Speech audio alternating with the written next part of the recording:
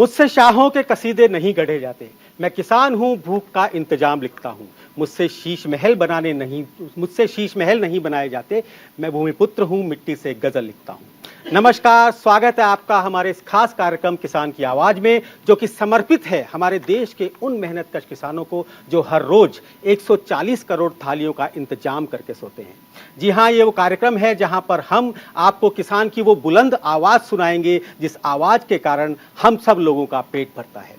आज भी हम एक ऐसे ही किसान के साथ हमारे स्टूडियो में मौजूद हैं, आपसे उनकी मुलाकात करवाएंगे। परंतु पहले बताते हैं क्या है वो किसान और क्या उन्होंने ऐसा किया है जिसके कारण वो बहुत सारे लोगों के प्रेरणा के स्रोत बने हुए हैं।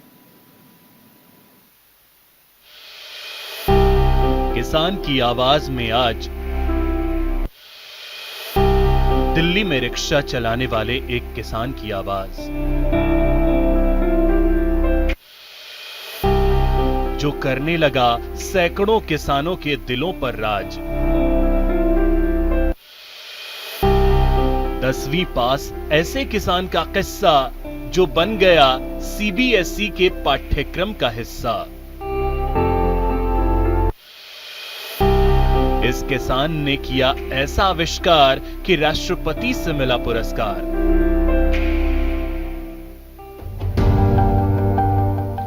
हरियाणा के धर्मवीर कंबोज अपनी आर्थिक परेशानियों के कारण ज्यादा पढ़ लिख नहीं पाए, लेकिन कुछ कर गुजरने के जुनून में इन्होंने अपने खेतों को ही रिसर्च सेंटर बना लिया और बना डाली एक ऐसी पोर्टेबल मशीन जिसने अपने देश के किसानों को ही नहीं बल्कि विदेशी किसानों को भी रोजगार प्रदान किया। क्या है वो मशीन और कैसे धर्मवीर कंबोज ने अपने हालातों से लड़ते हुए इस मशीन को बनाया, जानते हैं खुद इनकी जुबानी।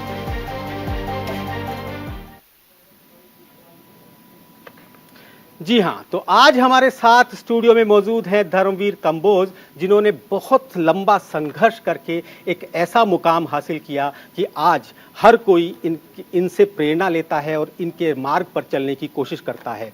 बहुत सारे किसान जो कि बेरोजगार थे, उन लोगों को उन्होंने एक ऐसा रास्ता दिखाया जिससे कि वो अपने ही खेतों को प्रोसेसिंग यूनिट बना लेते हैं और वहीं से अपने बनाए हुए प्रोडक्ट को दूसरी तरीके से उनका मूल्य संवर्धन करके उन्हें मार्केट में बेचते हैं। सबसे पहले तो धर्मवीर जी, बहुत बहुत स्वागत है आपका हमारे इस स्टूडियो में और हमारे इस खास कार्यक्रम किसान की आवाज में। हमारे टीवी पर बैठे दर्शकों की तरफ से आपको प्यार भरा राम राम सा नमस्कार। नमस्कार जी, नमस्कार जी। धर्मवीर जी, सबसे पहले तो मैं जानना चाहूंगा कि जिस दिल्ली की सड़कों पर आप कभी रिक्शा चलाया करते थे, उन्हीं दिल्ली की सड़कों पर घूमते हुए गुजरते हुए जब आप राष्ट्रपति भवन पहुंचते हैं, वहां से राष्ट्रपति पुरस्कार लेते हैं और उन्हीं दिल्ली की सड़कों से होते हुए आप विदेश में अपनी मशीनों को एक्सपोर्ट करते हैं, तो क्या याद आता है? कौन सा वो समय आपको याद आता है जो आपने बहुत तकलीफों के साथ गुजारा था? सभी को नमस्ते जी। जी देखिए, दिल्ली जब भी आता हूँ मैं, सबसे पहले ISBT पे आना होता है, या फिर मुझे ज़्यादा तो मैं अब कार से आता हूँ जी। तो दिल्ली में आता हूँ, रेलवे स्टेशन पे आता हूँ जी। पुरानी दिल्ली रेलवे स्टेशन पे या नई दिल्ली रेलवे स्टेशन पे जाता हूँ या एयरपोर्ट पे जाता हूँ जी। तो बड़ा महसूस होता है देख करके। जब मैं अभी पीछे एक प्रोग्राम था मेरा नई दिल्ली में, मुझे रुकने का मौका मिला जी। ये नई दिल्ली रेलवे स्टेशन के पास में जी। और मैं उस होटल में मैं बुक था मेरा रूम, जिस होटल में कभी मैं रिक्शा से सवारी छोड़ने आता था वहाँ पर, और वो होटल वाले मुझे कुछ टिप दे देते थे। मान लो मॉर्निंग में 3 बजे किसी सवारी को लेके आया, रात को 2 बजे लेके आया किसी सवारी को रेलवे स्टेशन से, जी। तो वहाँ से वहाँ तक छोड़ने का मुझे वो टिप देते थे कि भाई मेरा रिक्शा का किराया, मान लीजिए पुरानी दिल्ली स्टेशन से मेरा 20 रुपये किराया बनता था, लेकिन मुझे 60 रुपये होटल वाले दे देते थे पहाड़गंज के होटलों में। तो बड़ा महसूस हुआ और मैंने कहा भी कि भाई देखो क्या ज़माना था। हम मेरे को वहाँ अभी उसका हनी बी नेटवर्क का एक प्रोग्राम था दिल्ली में, हमने एक प्रदर्शनी लगाई हुई थी जी। तो वहाँ मुझे उस होटल में रुकना पड़ा, तो मैंने बड़ा याद आए वो दिन पुराने। दूसरी बात, ऐसा मेरे साथ कई बार हुआ, जब मैं राष्ट्रपति भवन में जब मुझे पुरस्कार मिला जी, तो तब भी मैं वहाँ आया।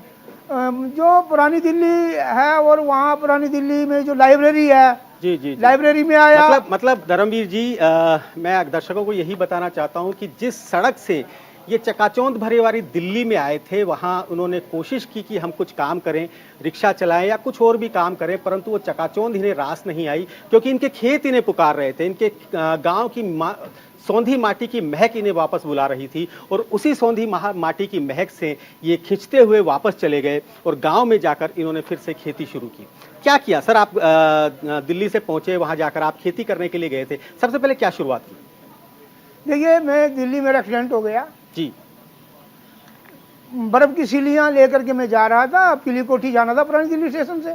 जी। और मैं जुलाई का महीना था, कोई एवरेज में कोई 16 जुलाई थी जी। मेरा एक्सीडेंट हुआ फिएट कार से, और मेरी बर्फ भी टूट गई और मेरी रिक्शा का चक्का भी टूट गया और मैं बेहोश हो गया। जी। और जब मुझे होश आई तो मेरी रोनी आ गई। जी। फिर मेरे को किसी ने उठाया ही नहीं वहाँ। जी। जब मैं होश आई तभी मैं उठा, लोग देखते रहे, और भी रिक्शा वाले थे, किसी ने कोई मेरी मदद नहीं की। जी। तो मैं उठा, बैठा, देखा, मेरे थोड़ी ज़्यादा चोट तो नहीं थी, लेकिन गर्मी की बहुत गर्मी थी, गसी पड़ रही थी मुझे। मेरी सोधी आई, मैं उठा, बैठा, थोड़ा खून मेरा टांग में बह रहा था। जी। और फिर मैंने एक रिक्शा वाले को बुलाया बैठे बैठे ने, और मैंने कहा भाई मेरी रिक्शा को लोड कर ले अपनी रिक्शा में और चल मुझे वहाँ छोड़ दे। जी।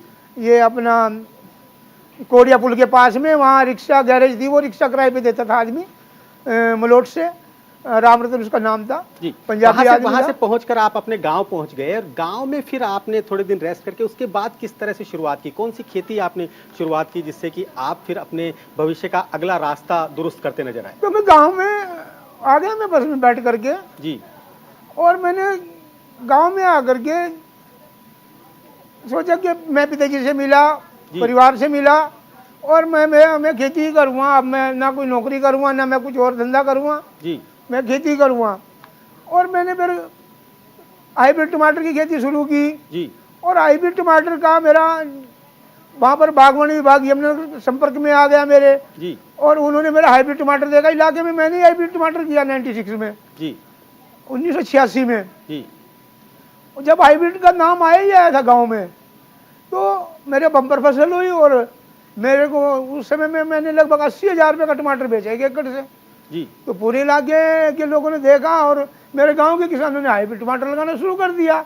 लोग मुझसे पूछते, यहाँ तक आप केवल खेती तक सीमित थे, जैविक खेती आपने शुरू की, हाइब्रिड टमाटर आपने लगाए, परंतु जो मशीन जिसके कारण आप इतना प्रसिद्ध हुए, जिसके कारण आपको पुरस्कार मिले, वो बनाने का आइडिया आपको कैसे आया?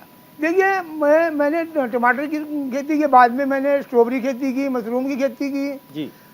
डिपार्टमेंट से जुड़ा रहा मैं बागवानी विभाग से। और फिर मैं आ गया जड़ी बूटियों खेती में। जी। तो जड़ी बूटियों खेती में हमारा एक किसानों का टूर अजमेर पुष्कर गया राजस्थान में। तो वहाँ पर हमने देखा बहनें आंवले को पतरे पे रगड़ के कद्दूकस करके उसे वो लड्डू बना रही है। जी। और जो एक बहुत दुख भरा काम था ये, क्योंकि जब वो पतरे पे रगड़ती तो उनके आंवले को पकड़ते हुए हाथ छिल जाते, जैसे हम गाजर मूली को रगड़ते हैं ना। जी हाँ। तो ऐसे पतरे पे रगड़ेंगे तो ये घुमाएंगे, गुठली अड़ेगी तो ये छिल जाते हैं यहाँ से। जी। तो ये बड़ा पेनफुल काम था। मैंने सोचा ऐसा करता हूँ, मैं क्यों नहीं एक ऐसी मशीन बना दूँ जो आंवले को कद्दूकस कर दे। अभी आंवले को कद्दूकस करने की कोई मशीन नहीं है हमारे। तो और फिर मैंने घर आया मैं जब, और मैंने फिर बागवानी विभाग ने मुझे 25,000 रुपये दिए DHO यमुनानगर में। जी। तो भाई अब मैं गुलाब जल निकालने का एक यंत्र लगा करके मैं गुलाब जल बेचूँगा बाजार में। जी। तो मैंने सोचा क्यों ना मैं एक ऐसी मशीन बना दूँ भैया, गुलाब जल भी बनाए और ये आंवले को भी कद्दूकस कर दे। अच्छा, दोनों की मिला के एक ही मशीन ऐसी बन जाए जिससे कि दोनों काम हो जाए। हाँ जी, हाँ जी।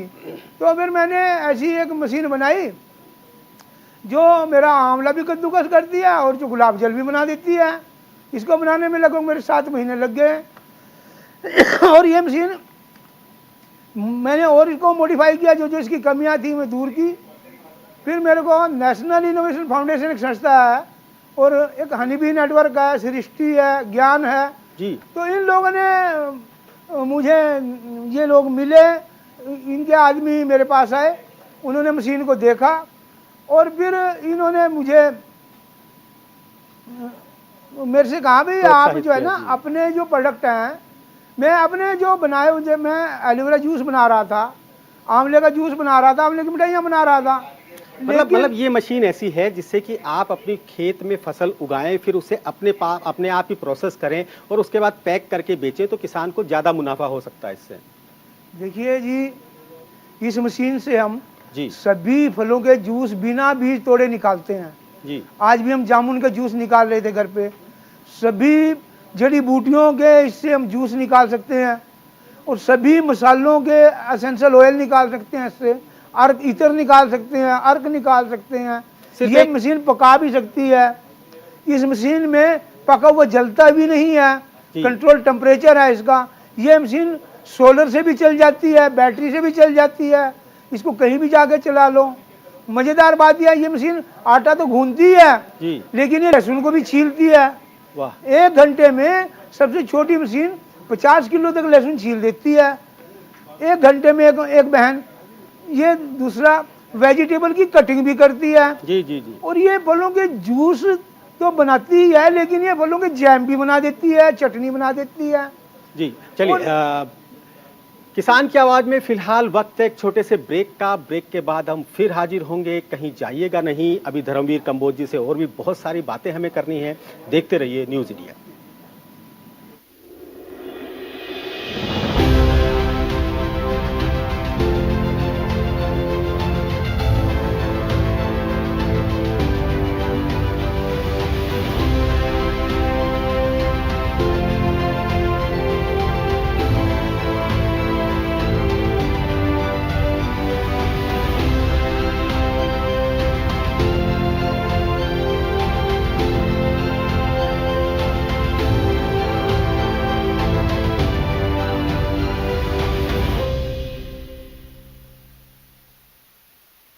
ब्रेक के बाद स्वागत है आप सभी का एक बार फिर से हमारे इस खास कार्यक्रम में, जिसका नाम है किसान की आवाज़। और किसान की आवाज़ में आज हम जिस किसान की आवाज़ सुन रहे हैं वो है धर्मवीर कंबोज। धर्मवीर जी, मशीन आपने बना ली, मशीन बनाने के बाद में आप उससे काम भी करने लगे, उससे प्रोसेसिंग करने लगे, परंतु वो काम केवल आपके खेतों तक सीमित था।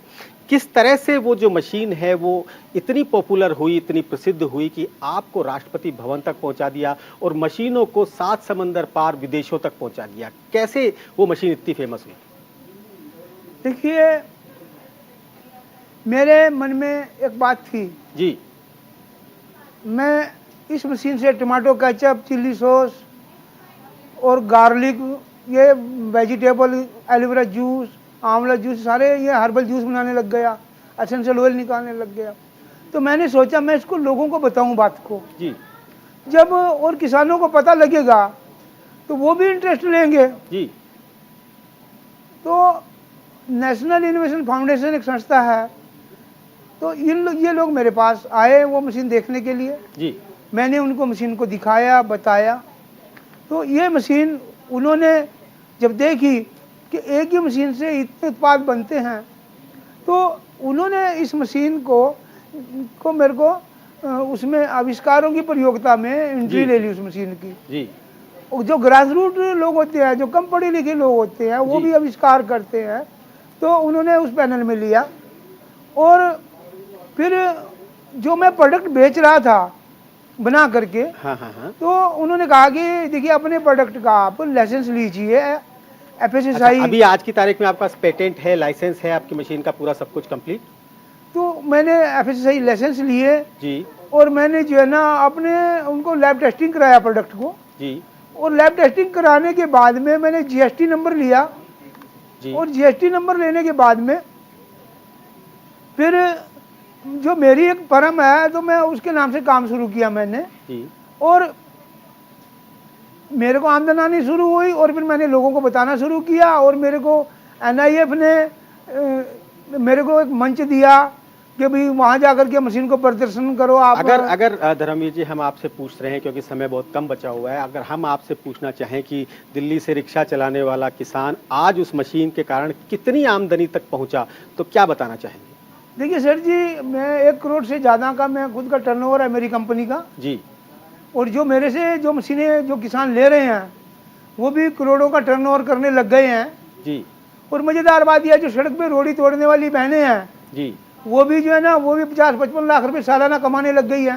जी, बहुत बढ़िया, मतलब एक इनोवेशन आपके लिए आपने किया उन किसानों के लिए जो कि छोटे ज़मीनें रखते थे और छोटा काम करते थे, उन लोगों के लिए आपने एक अच्छा काम किया। विजुअल्स में हम देख रहे हैं आप अक्षय कुमार के साथ नृत्य कर रहे हैं, डांस कर रहे हैं, ये कौन सा था, कब वहाँ कैसे पहुँचे आप? ये पैडमैन फिल्म में मेरी आविष्कारों की एक, ये सारी टीम आविष्कारों के जिन्होंने देश में आविष्कार किए हैं जी उनमें मेरे को भी अक्षय कुमार जी ने पैडमैन फिल्म में लिया था जी ये उसका ओपनिंग था, जैसे आपके चैनल का ओपनिंग हो रहा है जी तो ऐसी उसका भी ओपनिंग थी है मशीन की जी। ने उसकी फिल्म की। तो वहाँ भाईदास ऑडिटोरियम में मुझे बुलाया गया था और वहाँ पर मैंने वहाँ डांस किया था जी। और चलिए वैसे बाहरले मुल्कों में मेरी मशीनें गई, यूरोप में गई, अफ्रीका में गई जी, तो मशीनें तो बाहर भी भेज रहा जी। जी, कौन कौन से देशों में अभी जा रही है मशीनें आपकी?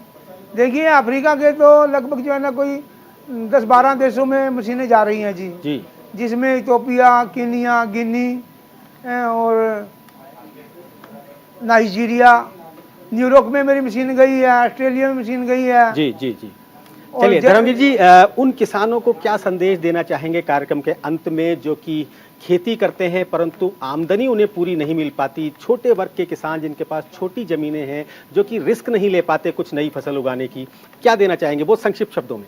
देखिए ऐसा है, किसान ने अपनी फसल का मूल्य संवर्धन करना चाहिए। जी जो उसकी 5 रुपए किलो की फसल है उसको वो कैसे 200 रुपए किलो में बेचे।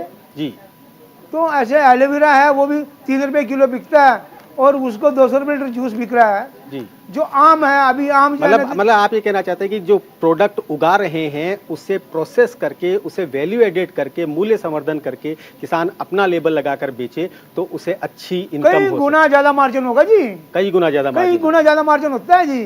जी देखो 1 एकड़ से चाहे वो 10 लाख रुपए की अपना मूल्य संवर्धन करके अपने प्रोडक्शन बेच ले, जी, चाहे जी। 20 लाख की बेच ले, क्योंकि वो तो एक उसकी चैन बन गई ना, उसमें जी, जी, जी। लोगों का विश्वास बढ़ता जाता है, उसका बिजनेस बढ़ता जाता है, वो चलिए। व्यापार में आ जाता है जी। धर्मवीर जी बहुत बहुत धन्यवाद, आज आप हमारे स्टूडियो में पधारे और आपने कई किसानों को एक रास्ता दिखाया है कि आप किस प्रकार से अपने प्रोडक्ट में वैल्यू एडिशन करके, उसका मूल्य संवर्धन करके आप उसी प्रोडक्ट से बहुत ज़्यादा पैसा कमा सकते हैं, अपनी आमदनी को बढ़ा सकते हैं।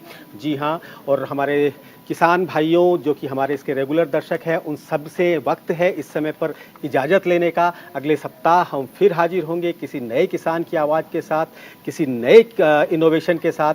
तब तक देखते रहिए न्यूज़ इंडिया।